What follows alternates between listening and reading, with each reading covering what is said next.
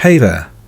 Tonight, we're tracing the quiet drip of history, not through politics or battles, but through a bottle.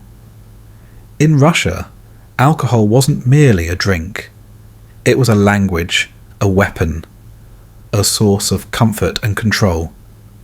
From the glittering tables of the tsars to the frozen huts of distant villages, vodka shaped loyalty, dulled sorrow, and eventually helped bring an empire to its knees.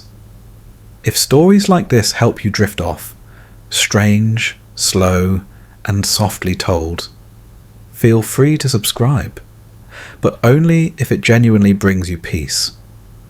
And tell me where you're listening from and what time it is right now. It's oddly soothing, knowing there are others half asleep somewhere, floating through the same bit of history. So dim the lights. Let the world outside go still. And let's begin with a nation that mistook its thirst for destiny. Settle in, my friend. Tonight, we travel to a land where winter lasts half the year, where snow swallows sound, and where the only warmth comes not from the sun, but from a bottle. This is the story of how something as small as a sip of vodka slowly reshaped a vast empire, and, in the end, helped bring it down. But we must begin at the beginning, long before the word vodka became synonymous with Russia itself. In the early centuries of Rus, before tsars, before palaces, before even Moscow mattered, there were monasteries. And in those monasteries there were monks, industrious, slightly bored, and deeply curious about how to turn grain into something that could lift the spirit without sending one straight to confession. The earliest records of Russian distilling appear around the 9th and 10th centuries, when mead and kvass were the common drinks of the day. Mead, that ancient honeyed brew, was for the nobility. Kvass, a fizzy, mild concoction made from fermented rye bread, was for everyone else. Think of it as a peasant's cola, slightly sour, lightly intoxicating, and available by the bucket. But eventually, something stronger began to take shape. The monks, experimenting in their candlelit cellars, discovered a way to distill spirits more potent than anything before. They called it Żyznennaya voda, the water of life. A poetic term, really. Though over the centuries, the life part would prove rather flexible. By the 15th century, this fiery liquid had spread far beyond monastery walls. The Grand Dukes of Moscow, always alert to the smell of profit, took notice. Distilling grain into spirit wasn't just a novelty, it was a tool, a powerful one. You see, early Russia was a land of poor roads and vast distances. Communication was slow, rebellion was easy. But alcohol was something everyone understood. It brought the peasants together, dulled hardship, and, most importantly, filled the state's treasury. The rulers of Muscovy quickly realized that controlling alcohol meant controlling the people. They began to license taverns, not privately owned, but state-run. Every drop poured was a drop taxed, and every coin collected was a coin for the Tsar's army. By the time Ivan the Terrible came along in the 16th century, the connection between vodka and power was absolute. Ivan, never one to leave things to chance, founded a series of kabaks, official drinking houses where peasants could buy state vodka, get properly drunk, and, incidentally, hand over much of their wages in the process. A curious paradox formed. The more the people drank, the richer the state became. And the richer the state became, the more the people drank. There's a dark kind of brilliance to it, really. Imagine an empire where social control was measured not by obedience or fear, but by hangovers. The kabak was both a tavern and a trap, a place of warmth and laughter in a frozen land, but also a drain of silver, productivity, and sense. The tsars, for all their autocratic tendencies, understood human weakness perfectly. They didn't have to ban rebellion if they could simply drown it. But it wasn't all scheming and cynicism. Drinking, in Russia, was also deeply cultural, part of the rhythm of life. Vodka wasn't merely a drink, it was a social glue. Toasts were rituals. To refuse a drink was to refuse friendship. The first glass was for health, the second for happiness, the third for honesty. And after that, well, honesty was guaranteed. Over time, even the church, that stern guardian of souls, made peace with the bottle. After all, monasteries were among the earliest distillers. It's rather difficult to preach against sin while selling it by the barrel.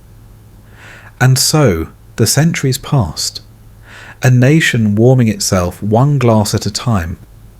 Peasants drank at weddings, at funerals, after harvests, before battles, and often in between. There was a saying, without vodka, life isn't life. When foreign travellers visited Russia in the 17th and 18th centuries, they wrote of the country's peculiar relationship with alcohol. The Englishman Giles Fletcher, visiting in the late 1500s, observed that the Russians drink with such intemperance that one would think them born not to live, but to be drunk. He meant it as criticism. The Russians naturally took it as national pride. Still, not all rulers were amused. Some, like Tsar Alexei Mikhailovich in the 1600s, attempted to curb the excess. He closed taverns during Lent, banned sales on holy days, and limited the hours one could drink. These measures were, of course, as effective as trying to stop the vulgar with a cork. By the time Peter the Great seized the throne in the late 17th century, alcohol had already become inseparable from Russian identity. Peter, a man of immense energy and even greater thirst, decided to embrace it. He made drinking a patriotic act. He would hold elaborate feasts that lasted days, literal days, during which nobles were required to toast the Tsar's health until they could no longer stand. Guests who refused to drink were punished with the cup of the Great Eagle, a massive goblet that had to be drained in one sitting. It's said that Peter personally knighted the most enthusiastic drinkers, founding the mock All-Drunken Synod, a parody of the church filled with toasts, songs and ceremonial hangovers. The line between politics and parody blurred completely. And yet, behind the laughter and the toasts, something more serious was brewing. The empire's dependence on vodka revenue grew. It was too profitable to resist, too culturally entrenched to reform. By the 18th century, the Tsar's coffers were brimming with alcohol taxes. The treasury had found its golden river, and it flowed clear and strong. But every ruble the state gained, the people lost tenfold in poverty, sickness and despair.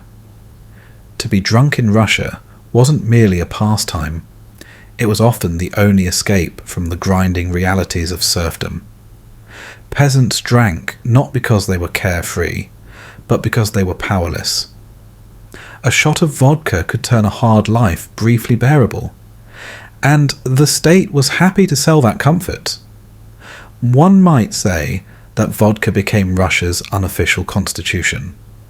It dictated behaviour, economy, even politics. You could tax it, outlaw it, bless it, curse it, but you could never truly remove it. As the centuries turned and the empire stretched from the Baltic to the Pacific, vodka became its invisible lifeblood. Soldiers marched with it. Priests blessed with it. Peasants were paid with it. the empire had created not just an industry, but an identity. To drink was to be Russian. To refuse was to be suspect.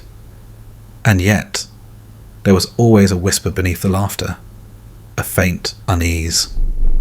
Because for all the warmth the drink brought, it also dulled something deeper.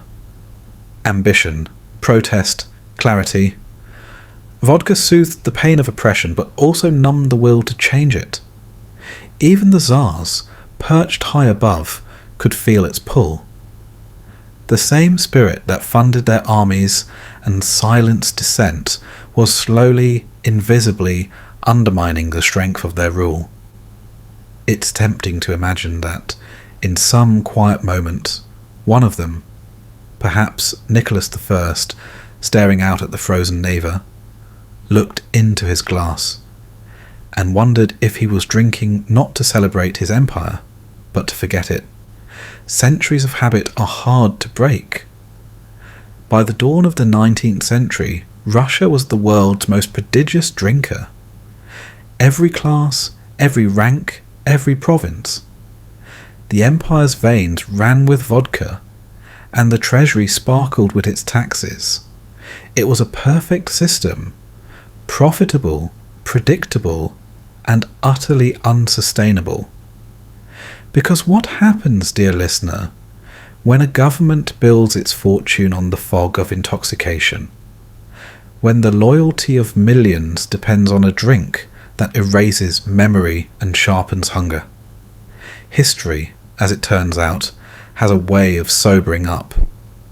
In the next chapter, we'll meet a man who turned drinking into a national duty, who built shipyards with one hand and drained goblets with the other, and in doing so, made Russia both modern and more dependent on vodka than ever before. His name was Peter the Great, and he believed the empire could be ruled through toasts. He may not have been entirely wrong,